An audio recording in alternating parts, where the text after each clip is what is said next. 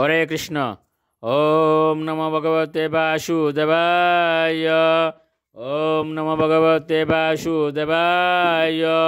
ওম নমো ভগবতে বাসুদেবায়। শ্রীমদ্ ভাগবত তৃতীয় স্কন্দ স্থানম সৃষ্টি স্থিতি ষোড়শ অধ্যায়। বৈকুণ্ঠের দুই দ্বারপাল জয় ও বিজয়কে ঋষিদের অভিশাপ। শ্লোক 31। ময়ি সম্ভ্রম্ভ যুগেন নিস্তিরিয় ব্রহ্মহেলনম প্রত্যেশতম নিকাশম মে কালে নাল্পি অসা পুনঃ।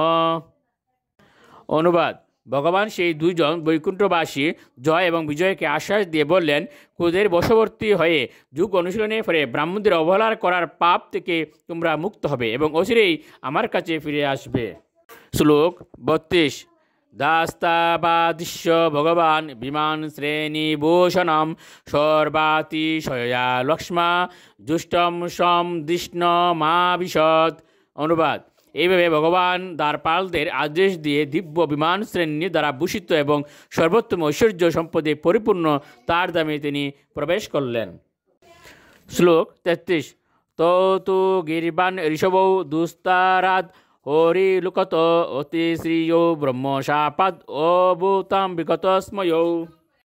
অনুবাদ: কিন্তু দেবতাদের মধ্যে শ্রেষ্ঠ সেই দুজন দ্বারপাল ব্রহ্মশাপের ফলে সৌন্দর্য এবং তেজ হারিয়ে বিষাদগ্রস্ত হয়ে ভগবানের ধাম বৈকুণ্ঠ লোক থেকে অধঃপতিত হলেন। শ্লোক 34। তদা বৈকুণ্ঠ দিশনাথ তয়ুর্নিপত মানয়ু আহাকার মহানাশিত বিমানাগ্রেষু পুত্রকাহ।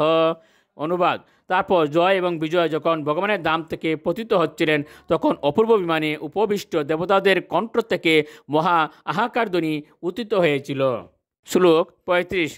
তাবেব অধুনা প্রাপ্ত পার্শ্বদ প্রবরৌ হরেহ ধীতের জটর নির্বিষ্টম কাশ্যপম তেজ উল্লনম। অনুবাদ: ব্রহ্মা বলতে লাগলেন, ভগবানের সেই দুজন প্রধান দ্বারপাল সম্প্রতি দিতির গর্ভে প্রবেশ করে কশ্যপ মুনির শক্তিশালী বীর্যের দ্বারা আচ্ছাদিত হয়েছেন। হরে কৃষ্ণ।